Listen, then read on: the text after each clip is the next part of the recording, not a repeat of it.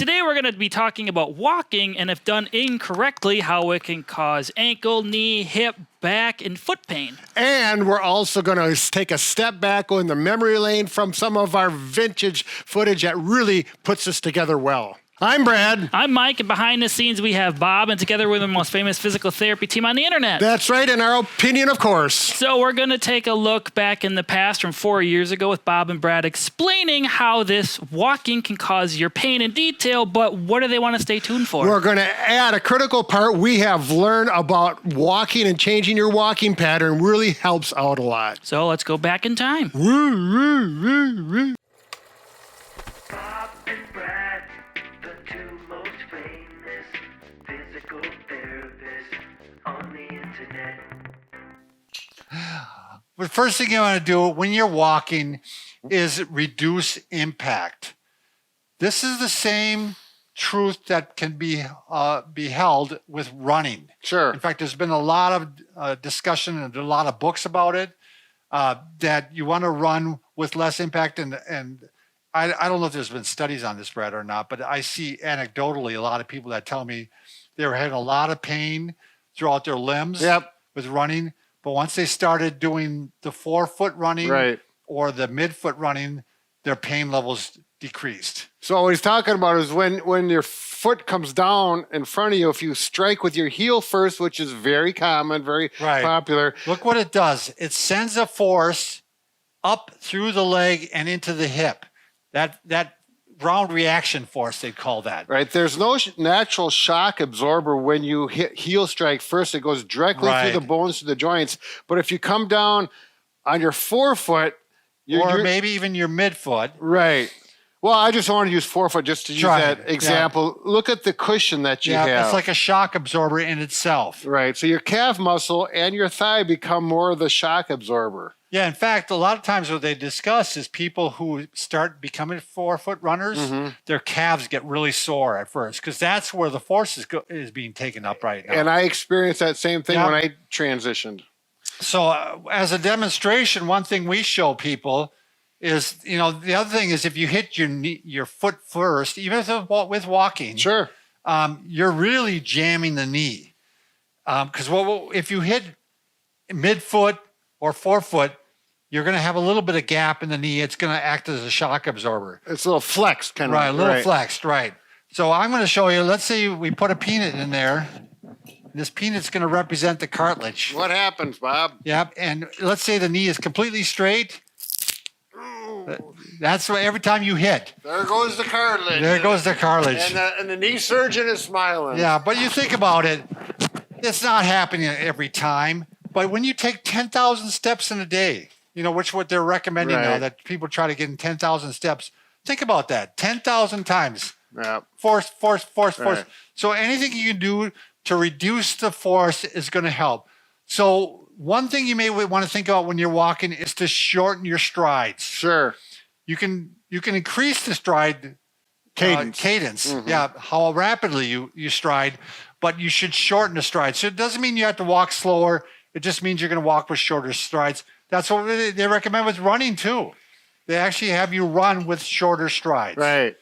You also, if you lean forward slightly, because if you're leaning back, that's when you're doing that. Yeah. You know what I mean? Almost forced into the heel. So stride. if you lean forward a little bit and it's going to make you walk a little faster when you lean forward. And it's a very slight lean because if you lean too far forward, then it's a postural, and that's problems too. So this is a subtle lean. Now the last thing I was going to I was going to mention this one. This is a little harder for a lot of people to understand. Is to actually engage your glutes, right? Because your glutes are larger muscles. And they actually take a little bit of force off the legs. Right. So they talk about, again, if you take a shorter strides, but you actually want to kind of push off and feel your glutes engaged. So like you can walk like this. You can feel your butt muscles kind of kicking in. You walk around the neighborhood like that too sometimes. Yeah, and I'm on a list now, I think. They do talk, the neighbors. They do talk. Anyway, that's something you can mess with. It's just a lot easier to shorten the strides and make sure you're hitting on the forefoot or midfoot. Sure.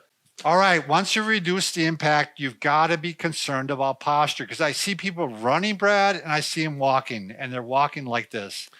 And if you walk like this, you're getting a little bit of the jarring. Sure. And, that's what people talk about. They start getting a headache whenever they walk because they're going like this and they're compressing the spine there. Yeah. And the suboccipital area. I call it the gooseneck. The gooseneck, yeah. But yeah, and again, not to get confused, when he said you lean forward, we don't want you leaning forward like this. Not round it. It's just a very slight. Keeping your body still in straight posture. Good point, Brad. If you're thinking about you're almost falling forward. Yeah, but you're not. Right, but you're not. Just a hint of that direction.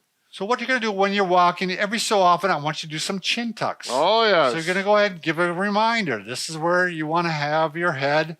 You want your ears directly over your shoulders. Right. As much as you can attain that, it's going to be better. And this is one you can do without the neighbors talking. Right. Just subtly. And you don't have to do them forever. Just 2 or 3 of them is a good reminder. You might have Gladys Kravitz looking out the window there, and she'll see you right when you're doing it. But, she always talks about everything. She was from Bewitched. She was the neighbor, nosy neighbor. Oh, Bewitched, Gladys Kravitz, I believe, right? Yeah, now you're pulling out the archives. Okay, next one. The same thing. People have that rounded upper back, and the shoulders are rounded and forward like this. So what you're going to do is you want to grab the wrist behind your back and stretch. And you can do this while you're walking, and it's the same thing. You're going to do it intermittently while you're walking. And this looks okay, doesn't it? If you're walking around, if you go like this, just look at your stretching. But I'm sure the neighbors are used to anything you come up with. Yeah. No, that's true. And you're not going to walk like this very long. No, just a few steps. Yep. But again, it resets you. It sets you into the right posture. Exactly. And it feels good, actually. Yeah, you get a little stretch in that front. It's a postural thing, and you can breathe better with it. I do this one every morning before I run. I walk down the hill. Yeah. And I stretch like this just because it's a good time to stretch. And I like to warm up a little bit, not just go right into the run. I like to walk. Done when you get to the bottom of the hill? Yeah. And then come back up? No. Then I run. Oh, I see. So, all right. Next thing. This is hard for some people to grasp, but there's less weight on your spine when you're walking faster than there is if you walk real slow and you're lumbering along. So if you're having pain in your back, try picking up the speed a little bit. I've had this work for some patients, and they just are always, you can just see it in their eyes like, that works. And I think you're getting that vertical bounce with a forward motion. That whole concept in that running book, I think that is similar with this. Yeah. Whatever, it works for a lot of people. So give that a try. Yep. We're also going to recommend, if you can, this obviously a lot of people can't do this, but it really helps if you can walk in nature. I mean, it really, Brad had quoted a study in which your stress levels decrease. They compared it to walking in the city, urban areas, and it was obviously much better. There's less ruminating. Like if you have a thought that tends to go through your head over and over. The nature seems to help break that up. Right. So, you can just imagine we got traffic, you got the fumes from the cars, and versus birds singing and watching the wind, the grass blow in the wind, and you don't have to think about anything else. You just get thinking about it. So. All right, getting back to the future, we are going to talk about details about this walking pattern where we actually engage. Let's start over. And we're in the present, not the future.